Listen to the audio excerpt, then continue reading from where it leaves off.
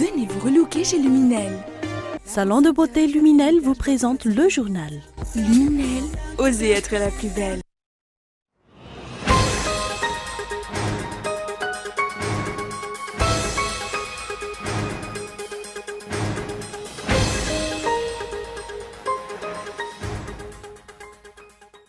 « 15 délégués de pays francophones effectuent actuellement une mission d'évaluation sur l'avancée des travaux concernant l'accueil du sommet de la francophonie qui se déroulera au mois de novembre prochain. Free News voit le jour. Le numéro 0 de ce nouveau quotidien d'information, d'analyse et d'investigation bilingue a été lancé hier à Antanmen en présence de nombreux journalistes, politiciens et patrons de presse. Des centaines de Syriens retournent à Jarablus après l'expulsion de l'Aile. Les réfugiés en Turquie ont commencé à regagner leur localité, non loin de la frontière.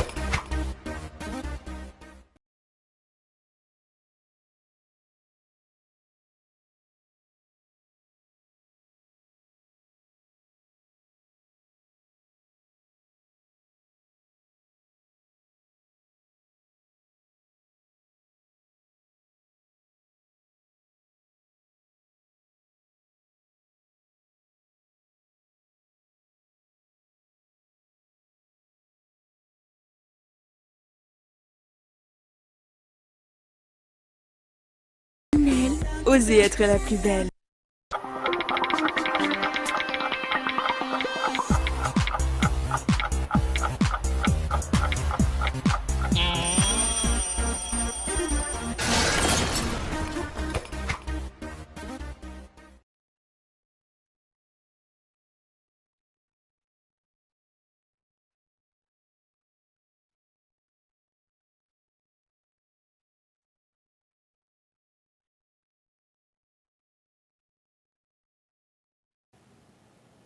Mesdames et messieurs, bonsoir. Bienvenue dans cette nouvelle édition du journal en version française sur Cool TV.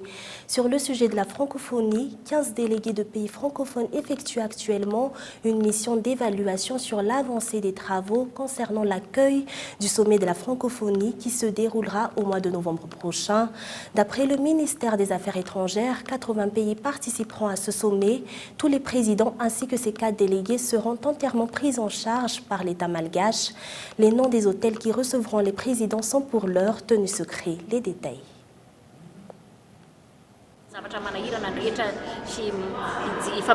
Il y en a parmi les pays participants qui réclament déjà un stand du village de la francophonie où les pays membres proposeront des animations culturelles. Des conférences y seront organisées puisqu'il s'agit d'un sommet. Nous sommes en collaboration avec le ministère de la Défense pour la sécurité en espérant que Madagascar excelle dans l'organisation de l'accueil de ces nombreux chefs d'État. Un déclin dans l'exercice du métier de journaliste a été constaté ces 4 dernières années selon le baromètre des médias africains Madagascar 2016. Ainsi, des efforts doivent être menés en termes de formation des journalistes et des échanges d'expériences doivent également être programmés. Une amélioration des conditions dans lesquelles travaillent les journalistes est également nécessaire. Les explications.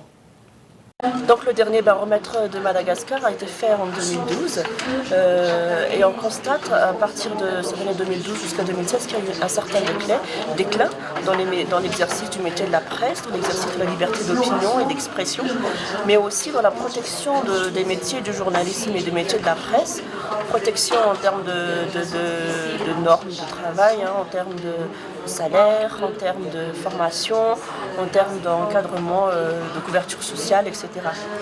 Donc on a constaté durant les débats qu'il y a vraiment un certain déclin, mais qui est aussi le reflet du climat en général du pays dans lequel nous vivons. C'est un baromètre qui se fait tous les 3-4 ans selon le contexte du pays. On a un baromètre pour cette année 2016 qui a été fait par 12. Le débat s'est fait avec 12 personnes, 6 de la société civile et 6 de la presse professionnelle.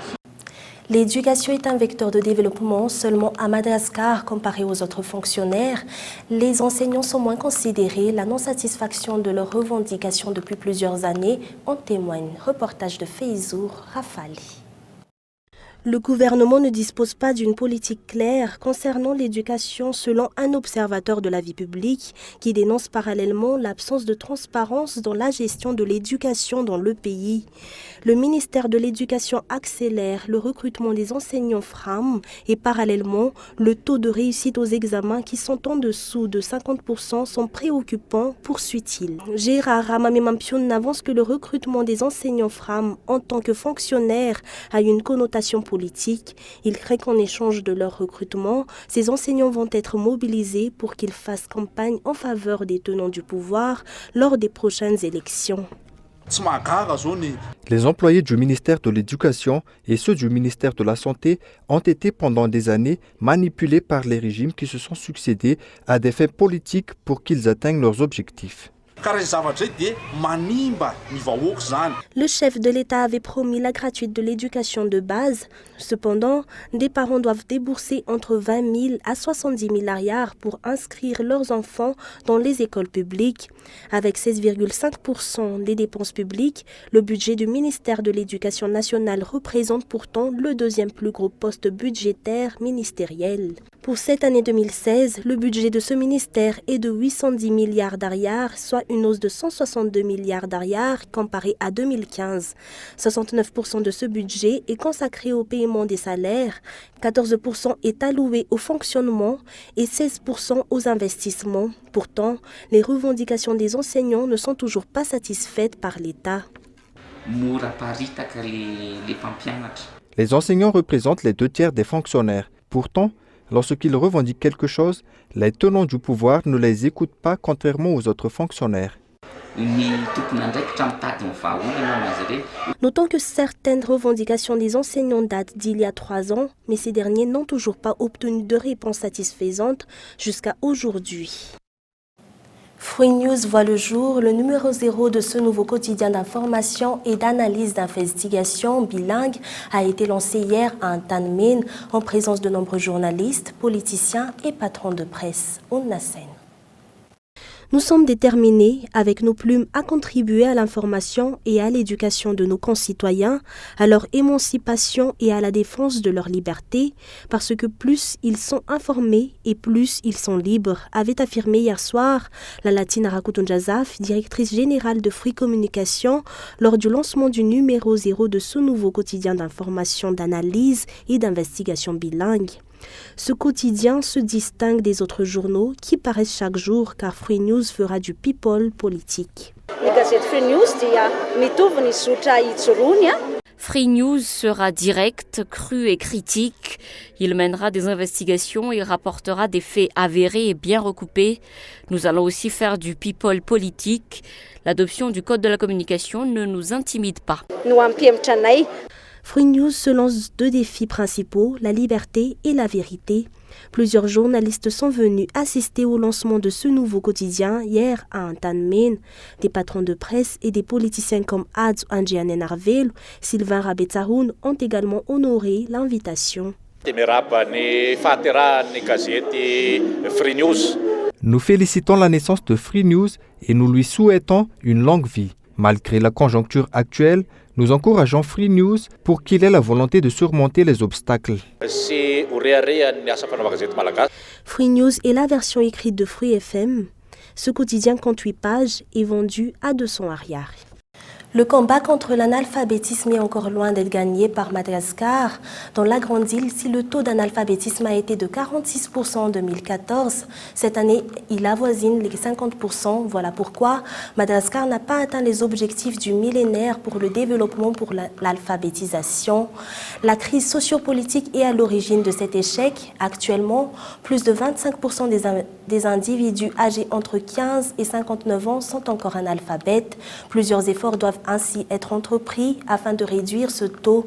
Pour y remédier, le ministère de tutelle se focalise sur la rééducation du taux d'abondance scolaire qui est encore élevé, notant que la célébration du 50e anniversaire de la Journée internationale de l'alphabétisation a eu lieu ce jour à Miarnarivo.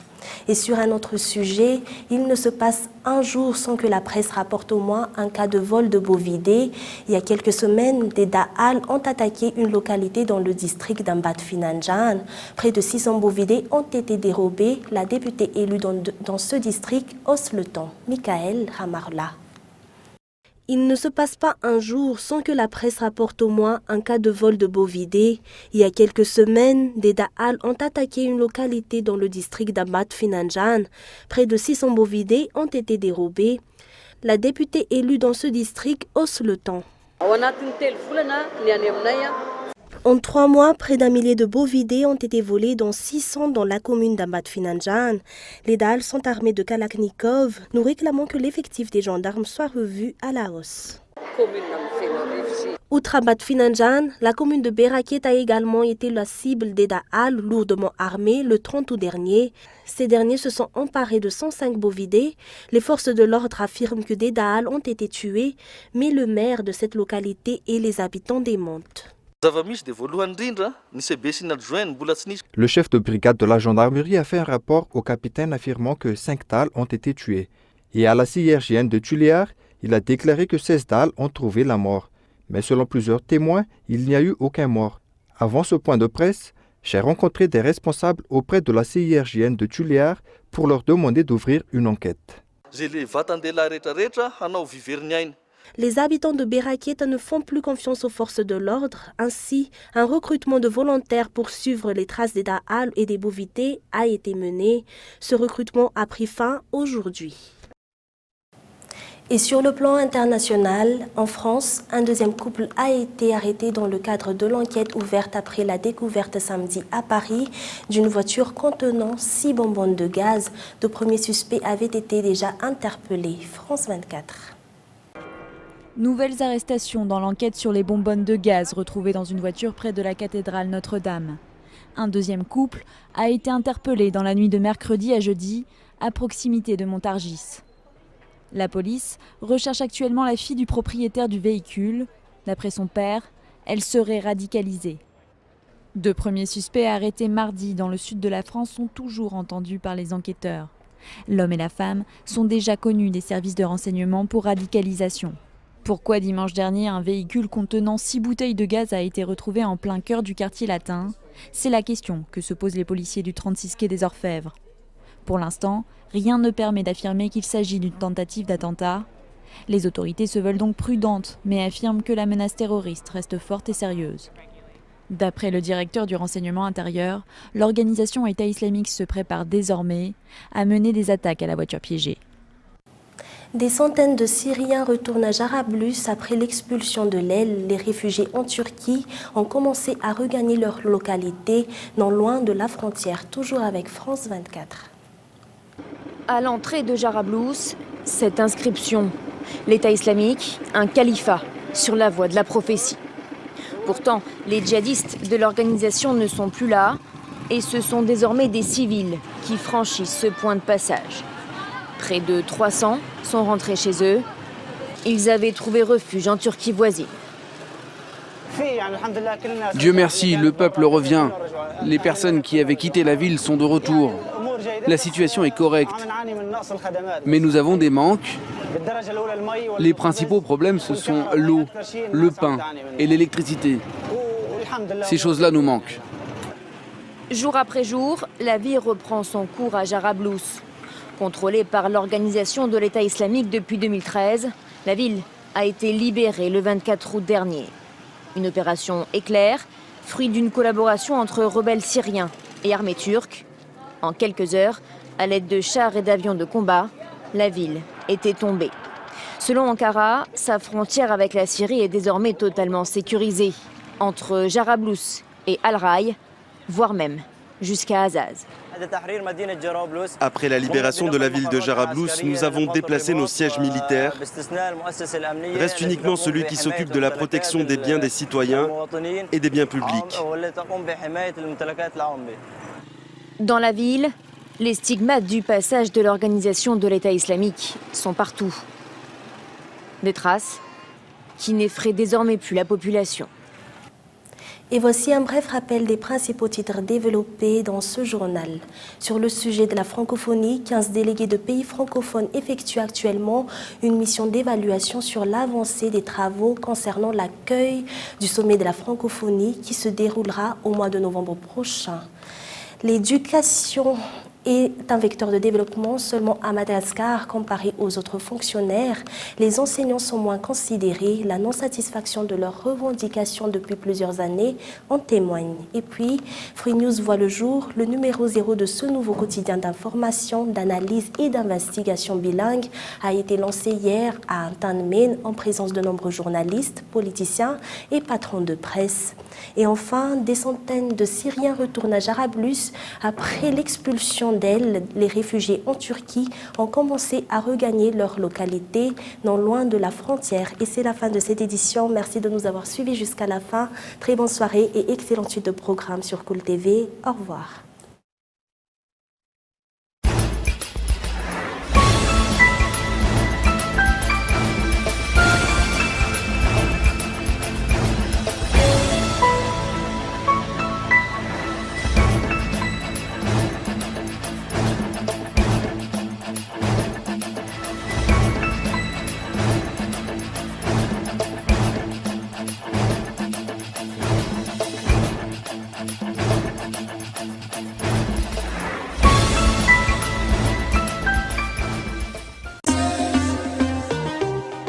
Venez vous relooker chez Luminel. Le journal vous a été présenté par Salon de beauté Luminel. Luminel, osez être la plus belle.